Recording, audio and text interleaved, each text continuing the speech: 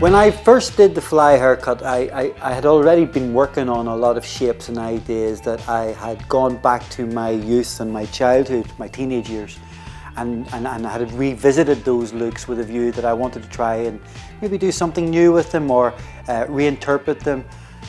So for me, it wasn't actually as if I was trying to create something really original. I just wanted to take a little step backwards to move forwards. The fly was a haircut that I'd seen numerous times on friends of mine in the late 70s and early 80s. Probably started its life as the Chelsea haircut, the skin bird, and maybe even the feather cut. So for me, the fly it's an evolution of those shapes. I mean, the first versions of the fly were really just replicas of that skin bird haircut. They didn't have any real personality or identity of my work. It was just simply me doing versions of the haircuts that I'd seen in magazines or books, and it took a long time for it to become the haircut that it eventually became. I worked at it on numerous occasions, trying to make it look something softer, a little bit more modern, and with a combination of the colour that we used, trying to make it so that it was something that was user-friendly. Early in 2016, in actual fact it was the day David Bowie died, I was preparing for a collection that I was doing for Alpha Park Milano, and I decided that I wanted to try to incorporate the fly into one of the looks. The looks themselves were very much based on tapping into subcultures and those kind of tribal aspects of 60s and 70s and 80s haircuts and updating them. And as I was working with the model that I decided to create the fly on, when she got up and walked through the salon, I think she was going off to the loo or something, the little pieces that we'd left behind, those little feathery bits, started to float. And I decided then that I'd call it the fly, and that's how it got its name. So what I'm going to do today is I'm going to recreate a version of the fly that we're going to do in a very technical way. We're going to do a step-by-step, recreate the kind of mindset of what I was thinking the very first time I've done it, but maybe we'll add a few little twists and turns to make it modern for you.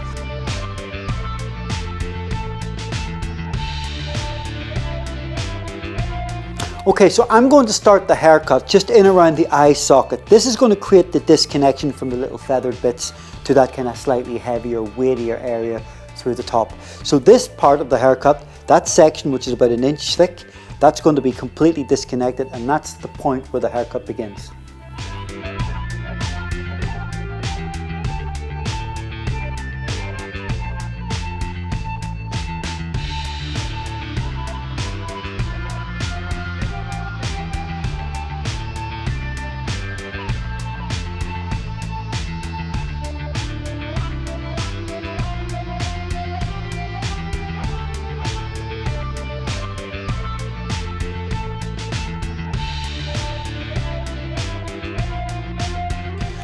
Okay, so we start the haircut by really disconnecting the top section from the longer lengths, and this is pivotal to the shape.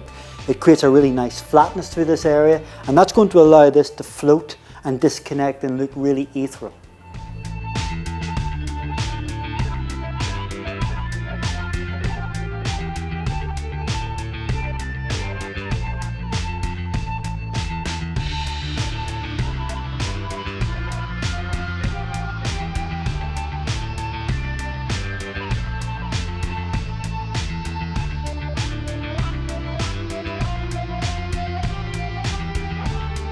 What we're moving into now is the main body of the haircut, and this is the area probably that is most pivotal to that skin bird Chelsea shape. This area from the crown to the occipital bone is where the biggest amount of disconnection is going to happen. Two things to remember. You need to be absolutely clear, not just with yourself but also with your client, where you want this crown to be at its shortest. If you're of a client or a model who doesn't particularly want a short crown, then you're going to have to move this back, so that essentially what happens is she leaves enough length there. But if you want the traditional haircut, then you need to move it above the crown so that you get that really lovely texture in around that area. But remember, if you go too far into it, you start to layer the hair and it becomes a layered shape with a fringe. So at this point, what you're doing is you're following the original section from the eye socket recession area, and we're going to start to move around the shape of the head. So we're going to keep it very much so that we're following the head shape, following that rounded natural flow of the head, so that we create that flatness that we're looking for, and also that the disconnection is retained. Now remember, what we're also doing is, you can see that we're elevating slightly outwards, and that's going to allow us to connect with, in a very visual way, with the length. A lot of people, when they are asking me about this haircut, they say they find it kind of awkward, to get into the angle at some points. And I think, when you're working with severe disconnection, that can happen. So change your body position to a point that you find comfortable.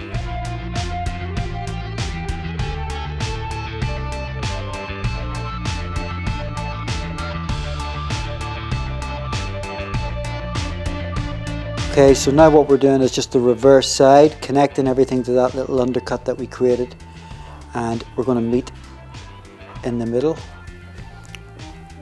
Okay, so we've finished this, what I call the body of the haircut. And what I'm going to do is I'm just going to cross-check it.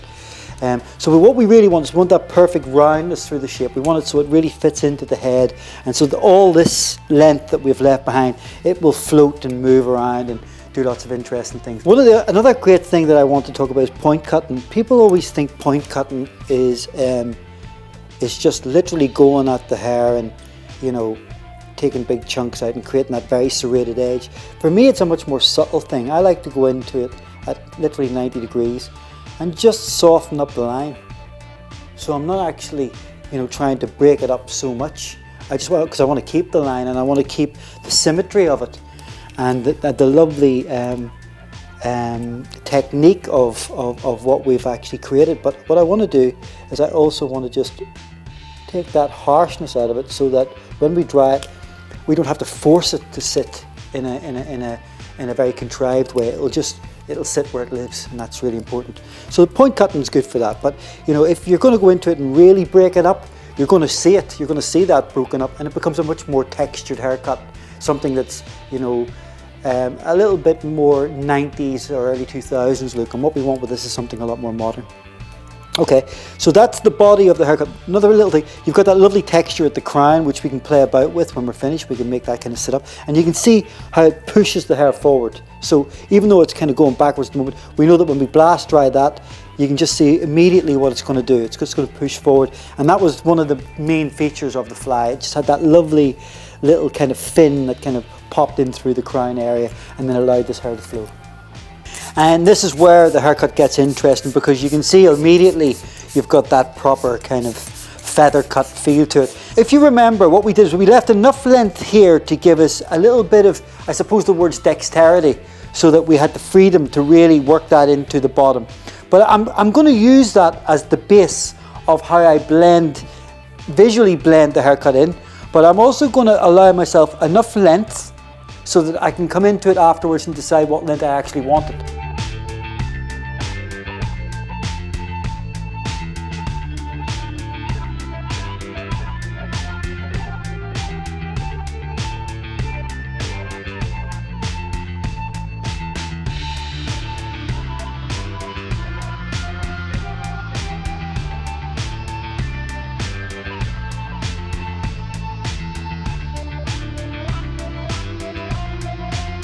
So through the exterior of the haircut, what I've done is I've just kept those corners. If you can imagine, I've created like a little A-line layer, which means it's slightly shorter through the center, and then we leave that length through the exterior. So we're into that part of the haircut that I think is going to make the distinction between what would look like a retrospective haircut, something that was very much of the past, and something that's very much of the future. What I want to try to do is just put in a little bit more of a teardrop type shape, something that we can have a bit more versatility with, so we can push it from side to side, do different things. So if we want to wear it as a little bit of a fringe, we're going to work from a shorter point in through the center and work out to the cheekbones, so that if she wears it kind of forward, then you've got that really lovely kind of modern look, but you'll still be able to push it from side to side, and it has the essence of the fly, but it kind of updates it. And we're going to work in sections from this all the way forward, slightly building up some weight through the front area.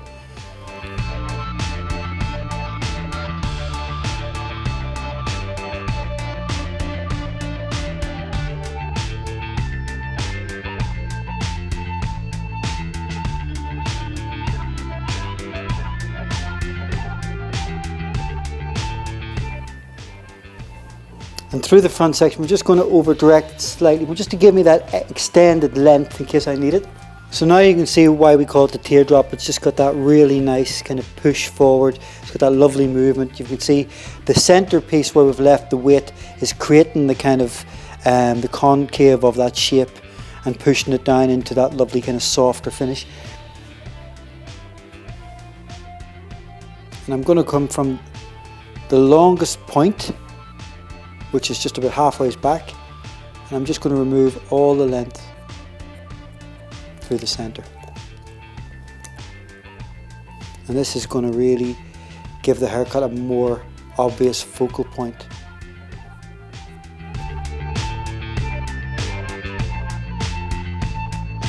Now, the next stage we're going to get to is what we're going to do with these plaits, because we've left them to last, and that's what's going to make the haircut. That's what's going to make it fly. That's what's going to make it look really sexy and individual. And when you see what we do with the length, we're going to transform this haircut from something that is something that we've done before to something that we're going to be doing in the future.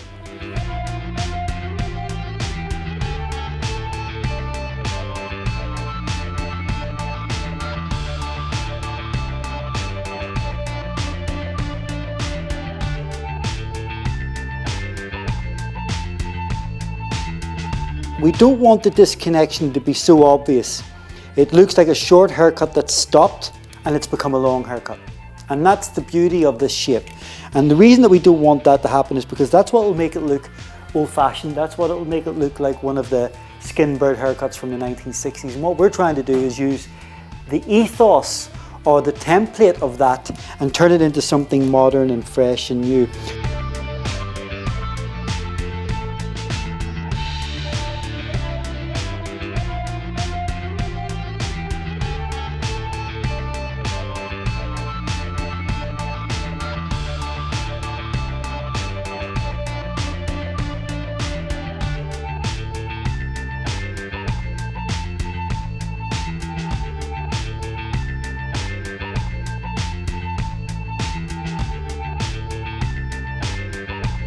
So coming to the last part of the haircut, what I'm actually going to do is this little disconnected fly that we've left at the back. It's really simple. All we got to do is blend that through to the section just between the eye socket and the ear.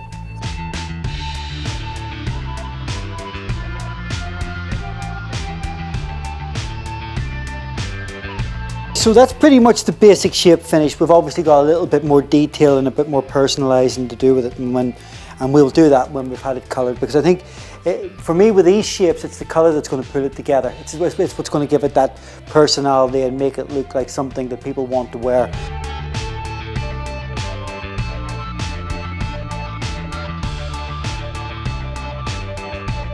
The most important thing about this haircut, and probably with any haircut, is colour placement, because the haircut in itself, it'll stand up, it'll look great, and it'll have all the functions and requirements that you need to make a haircut look its best with a bit of product.